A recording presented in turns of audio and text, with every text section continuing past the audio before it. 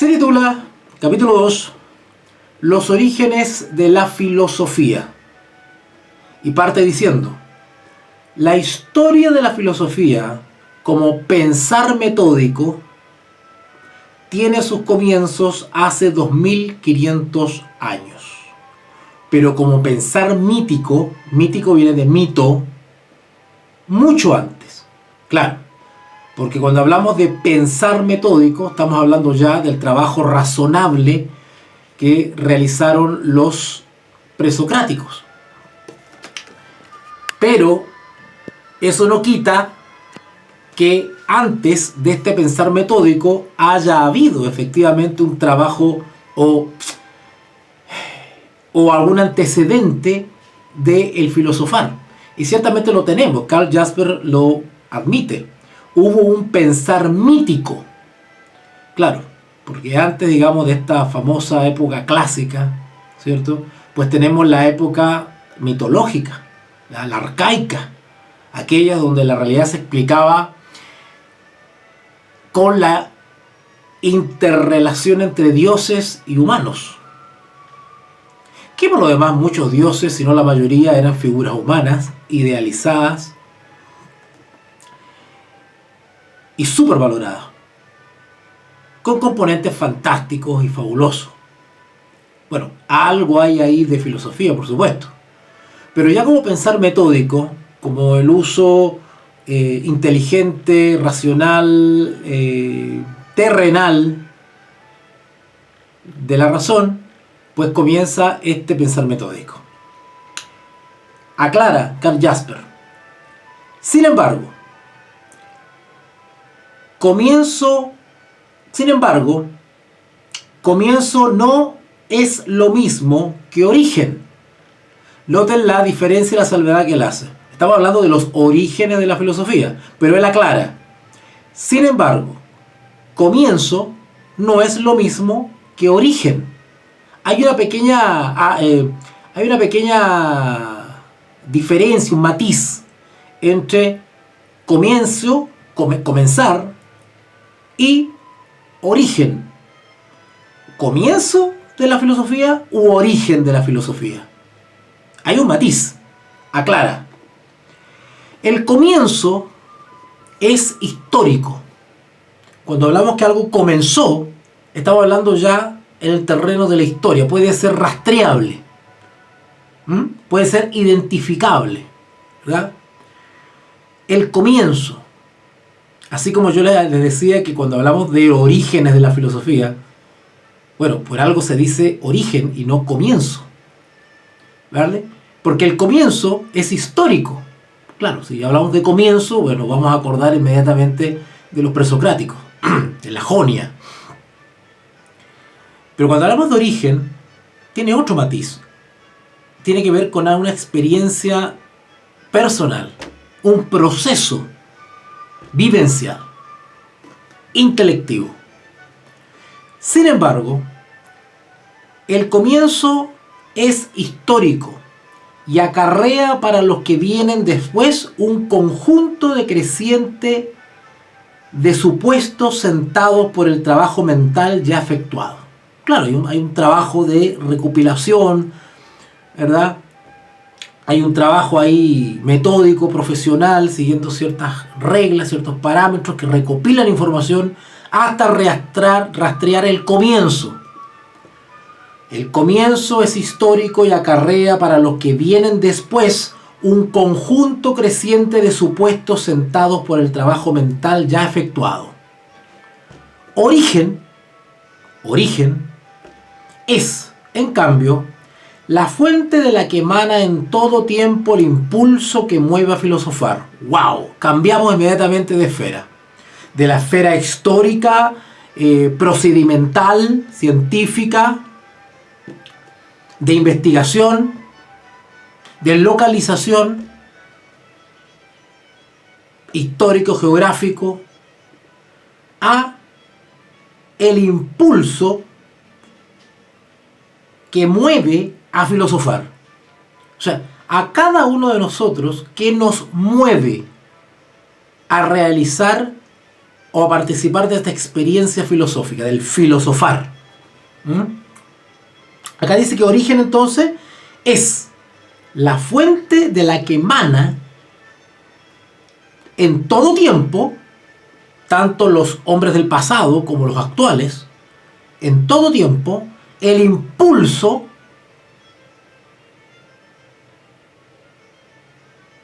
que mueve a filosofar. Únicamente gracias a él, a ese impulso por filosofar,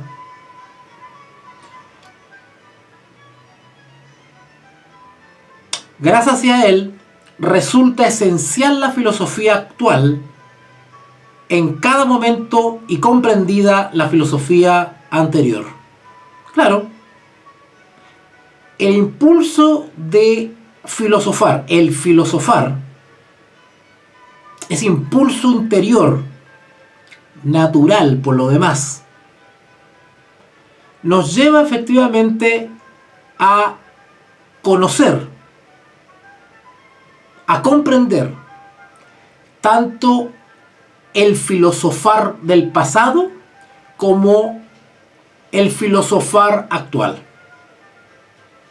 Porque podemos pensar, reflexionar, filosofar sobre lo que otros pensaron y nos legaron, como también podemos profundizar, ampliar o robustecer lo que hoy se filosofa. Este origen, noten que ya no estamos hablando de comienzo, el origen, este origen es múltiple, no hay un solo origen. Por lo menos Karl Jasper identifica tres fuentes u orígenes del filosofar. Número 1, el asombro. Algo de esto vimos en Introducción a la Filosofía, en la diplomatura en teología. El asombro. Sale la pregunta del asombro, noten, una cosa como que hay aquí una... como que hubiese un lugar originario, ¿cierto? Una fuente de poder que emite, que emana, ¿verdad? Del asombro sale la pregunta y el conocimiento. Del asombro.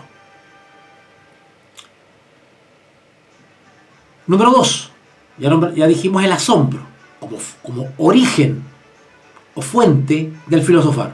El asombro. La duda. De la duda acerca de lo conocido, el examen crítico. Acuérdense que yo expliqué eso en la introducción a la filosofía, expliqué a qué se refiere con crítica. De hecho, cuando hablé de la hermenéutica, también hablé qué significa esto de ser crítico, que puede entenderse bajo dos dimensiones: una crítica constructiva y una crítica destructiva o diluyente. ¿Vale? Entonces, de la duda acerca de lo conocido, el examen crítico y la clara certeza de la conmoción, y aquí está la tercera fuente, origen, de la conmoción del hombre. Tenemos asombro, duda y la conmoción del hombre. Conmoción del hombre. Más adelante vamos a hablar que esto, cuando Karl Jasper se refiere a esto de la conmoción del hombre como origen del filosofar, lo va a estar relacionando o prácticamente identificando con lo que él denominó la situación límite. Noten, qué interesante, Esto es muy profundo, porque cuando hablamos de que cada cual enfrenta una situación límite, bueno, Jasper lo identifica como un origen. Las situaciones límite o la conmoción humana como fuente del filosofar. Esto es tremendo.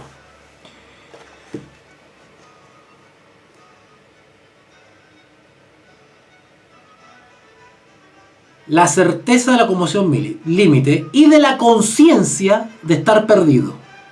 Voy a repasar otra vez. Origen de la filosofía. Asombro, duda y conmoción del hombre. Cuando hablamos de conmoción, se está refiriendo él a la conciencia de estar perdido.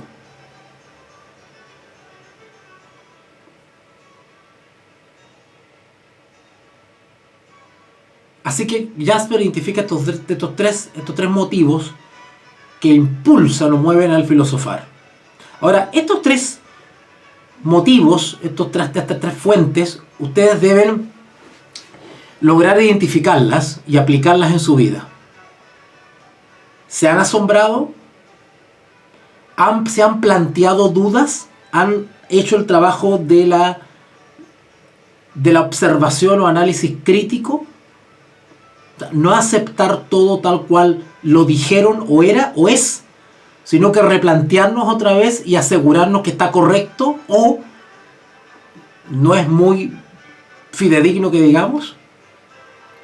Bueno, después de todo es el ejercicio es la experiencia que tiene que seguir el que busca la verdad.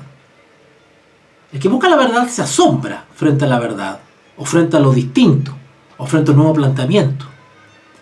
Una vez que me asombro, comienza la duda, comienza el plantearse situaciones. Y otro origen también sería, porque al replantearme las situaciones, pues me enfrento a situaciones límites, situaciones nuevas. Se produce una conmoción que me hace replantear, repensar, reposicionarme, reformarme, convertirme. Primero, dice Jasper, porque vamos a ver tres situaciones.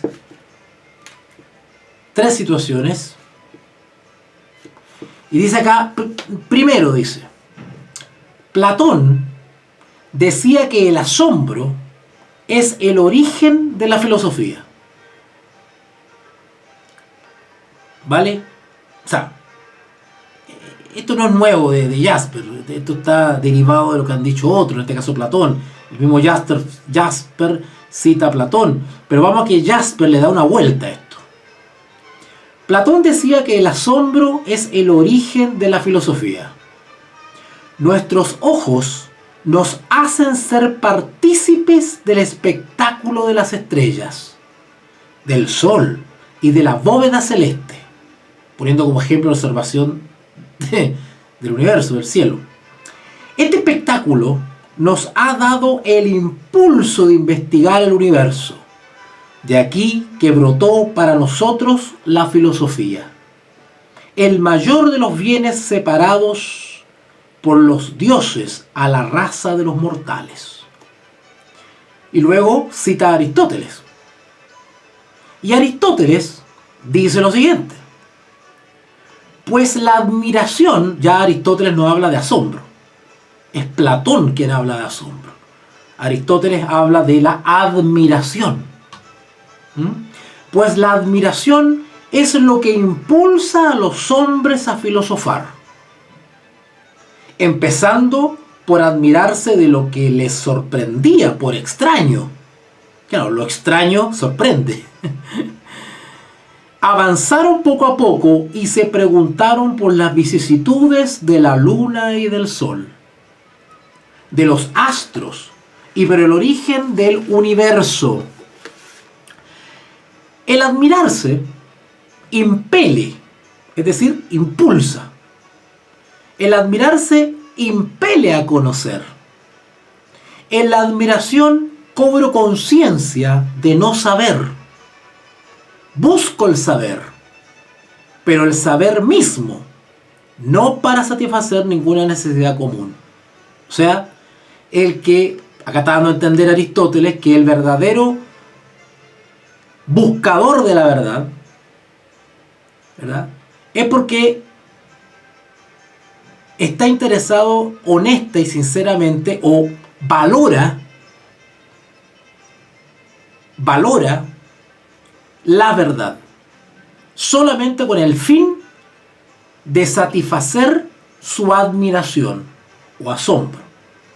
El verdadero filósofo o amante de la sabiduría es aquel que se asombra se admira como primer paso que identifica Jasper como origen de la filosofía, es aquel que se asombra o se admira de la verdad, la busca, o sea, no de la verdad, sino que puede ser de cualquier cosa, ¿verdad? Y eso a mí me provoca o me impele buscar la verdad, ahondar, avanzar, profundizar. Pero se hace este ejercicio, se hace por el solo placer, por el solo gusto, por el solo amor de buscar respuestas y la verdad, no con otros fines. El filosofar es como un despertar de la vinculación a las necesidades de la vida. Este despertar tiene lugar mirando desinteresadamente a las cosas, al cielo, al mundo, preguntando qué sea todo ello y de dónde todo ello que venga. Ese es el filosofar sincero, limpio, diáfano, sin mancha. Y como vimos en el capítulo anterior, como un niño. Cuando al niño se le dice,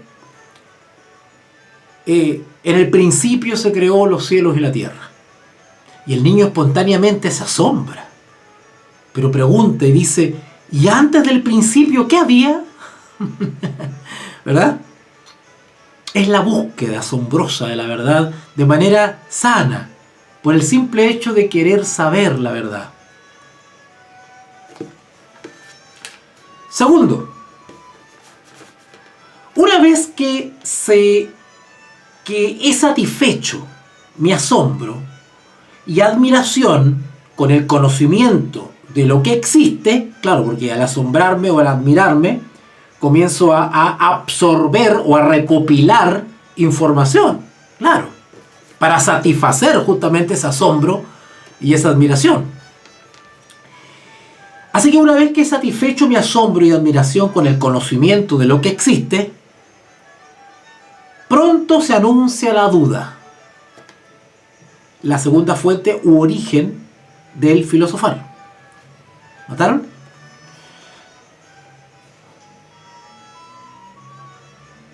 Pronto se anuncia la duda.